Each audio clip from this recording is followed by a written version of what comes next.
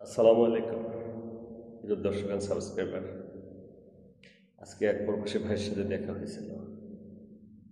আমিও তো দেশের বাইরে থাকি, তো ভাইয়ের সাথে কথা হলো।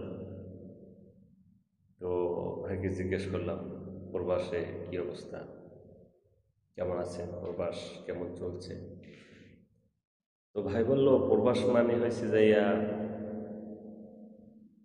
24 ঘন্টার ভিতরে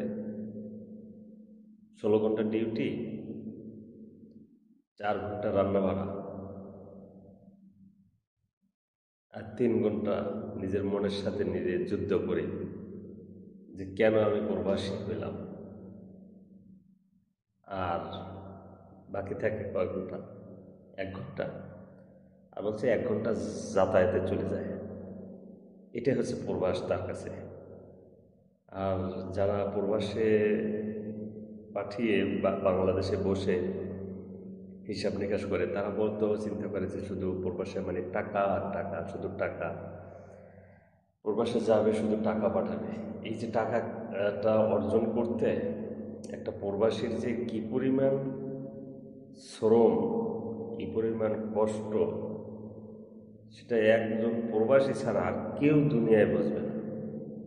মা বাবা ভাই বোন আত্মীয় স্বজন কেউ না। সেটা শুধু একজন প্রবাসীই বুঝতে পারে যে এক প্রবাসী আর এক প্রবাসীর কত কষ্ট। তাই যারা গার্ডিয়ান থাকেন, তারা প্রবাসীর সাথে বেইমানি করেন না, কারণ এটা কিন্তু আল্লাহ সইবে না। তাদের অর্থটা যেভাবে দেয়, যেভাবে খরচ করতে বলে, বা তাদের অর্থ গচ্ছিত অর্থ যদি আপনার কাছে দিয়ে থাকে, পিতা মাতা ভাই বোন যার কাছেই হোক, আপনি অর্থটা রেখে দিয়েন তার জন্যই। কারণ একজন প্রবাসী কতটা অসহায় সে নিজেই বুঝে, আর কেউ বুঝবে না। আপনি বুঝবেন না, আপনি শুধু বুঝবেন প্রবাসী ভাই হোক, বাবা হোক, মা হোক, বোন হোক, সে টাকা দেবে, আপনি খরচ করবেন। আপনার খরচে যেটা দিচ্ছে, বাকিটা আপনি তার প্রতি একটু সদয় আচরণ করবেন।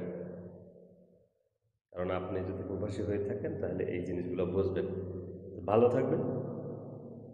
আসসালামু আলাইকুম।